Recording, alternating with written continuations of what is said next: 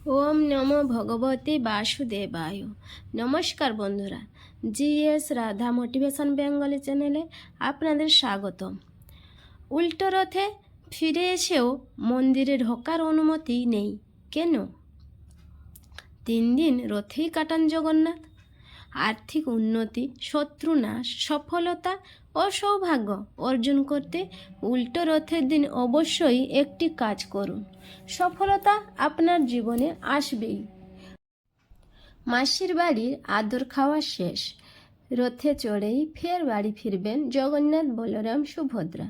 কিন্তু শ্রীমন্দিরে ঢোকার অনুমতি মিলবে না সহজে।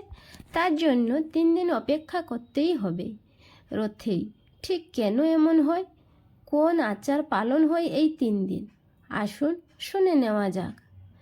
রথের পরে উল্টো রথ, তবেই রথযাত্রার সমাপ্তি। এই উল্টো রথ থেকে ঘিরেও আছে নানা উপচার এবং কাহিনী। এই সময় জগন্নাথ দেবের সমাবেশ দেখতে উদগ্রীব হয়ে থাকেন ভক্তরা। তবে উল্টো রথে ফিরে এসে টানা 3 দিন মন্দিরের বাইরেই অপেক্ষা করতে হয় ত্রিমূর্তিকে, যার নেপথ্যে রয়েছে বিশেষ কারণ। আষাঢ় মাসের শুক্লা দ্বিতীয়া তিথিতে রথে চেপে গুন্ডিচা মন্দিরে গিয়েছিলেন জগন্নাথ। সেখানে 1 সপ্তাহ কাটিয়ে একাদশীতে ত্রিমূর্তি ফিরবেন শ্রীমন্দিরে। বলা হয় রথের মতো উল্টো রথের দিনটিও সমান গুরুত্বপূর্ণ। এদিন গুন্ডিচা মন্দির থেকে দক্ষিণমুখে শুরু হয় পুনর্যাত্রা। কেউ কেউ একে দক্ষিণাভিমুখী যাত্রাও বলে থাকে। আবার স্থানীয়দের কাছে এর নাম বাহুড়া যাত্রা, আর বাঙালির কাছে এটাই উল্টো রথ। তাই বলে রথকে উল্টো দিকে টানা হবে এমন নয়। যে পথে জগন্নাথ মাসির বাড়ি গিয়েছিলেন সেই পথ ধরেই ফিরে আসবেন। রথের মুখও সেই মতো ঘোরানো হবে। উল্টো রথেও ভিড় হয় চোখে পড়ার মতো, নিরাপত্তাও থাকে একই রকম। লাখো ভক্তের মাঝে মন্দিরের উদ্দেশ্যে রওনা দেন প্রভু। কিন্তু মন্দিরে পৌঁছেই যে রত্নবেদিতে ঠাঁই পাবেন তা নয়। তার জন্য 3 দিন ধরেই রথেই অপেক্ষা করতে হবে। এই 3 দিন জগন্নাথ, বলরাম, সুভদ্রাকে ঘিরে নানা আচার অনুষ্ঠান চলে। কিন্তু ত্রিমূর্তির মন্দিরের বাইরে অপেক্ষা করার কারণ আসলে অন্য। প্রভু গুন্ডিচায় গেলে শ্রীমন্দিরের গর্ভগৃহ হয় শূন্য। একই সঙ্গে দেবী লক্ষ্মীও হয়ে পড়েন একা। এই কদিন প্রভুর সঙ্গে দেখা সাক্ষাৎ নেই। তাই জগন্নাথের উপর ভারী অভিমান হয় দেবীর।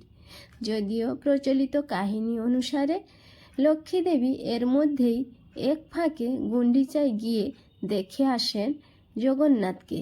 সেসব অবশ্য লুকিয়ে। দেবীর সঙ্গে প্রভু জগন্নাথের সাক্ষাৎ হওয়ার কথা উল্টো রথের দিনে, কিন্তু দেবী তো তখন রীতিমতো গোসা করে বসে আছেন। তাই ফিরে এসেই মূল মন্দিরে সরাসরি প্রবেশ করেন না জগন্নাথ। 3 দিন থাকেন মন্দিরের বাইরে। ফেরার দিন অর্থাৎ একাদশীতে হয় জগন্নাথের সমাবেশ। সারা শরীর সোনার আভরণে ভূষিত হয় তাঁর। 1 কুইন্টালেরও বেশি সোনার গহনা এই সময় পরানো হয় জগন্নাথ দেবকে।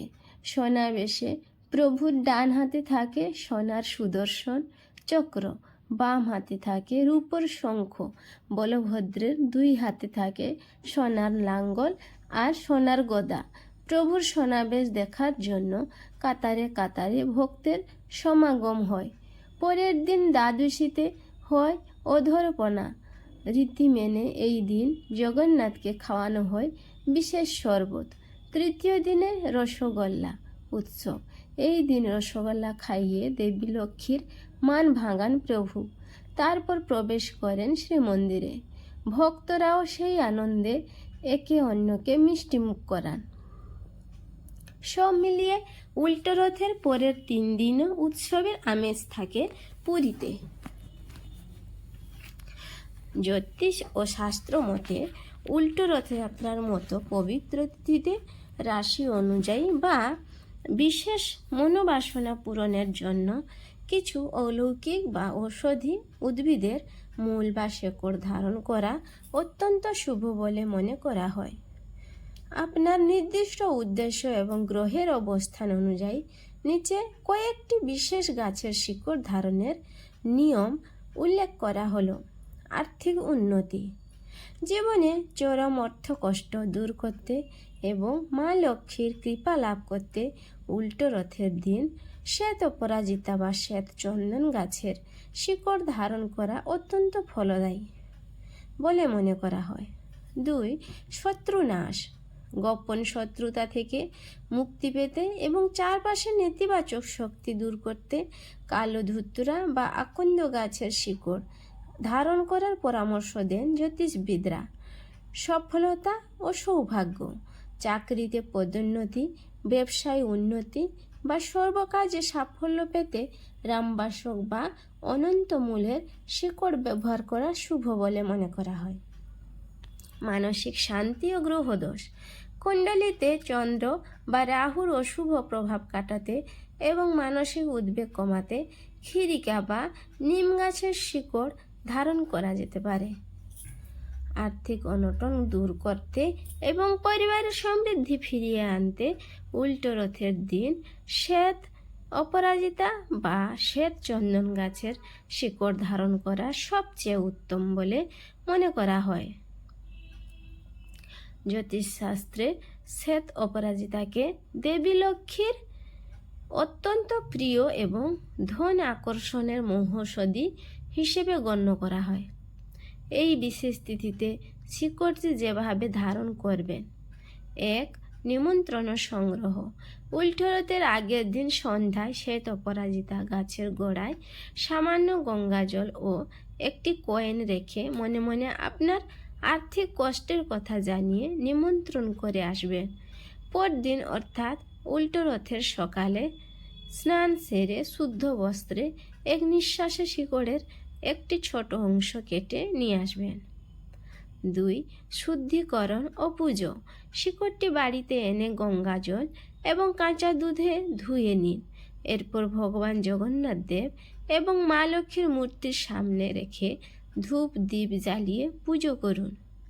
3.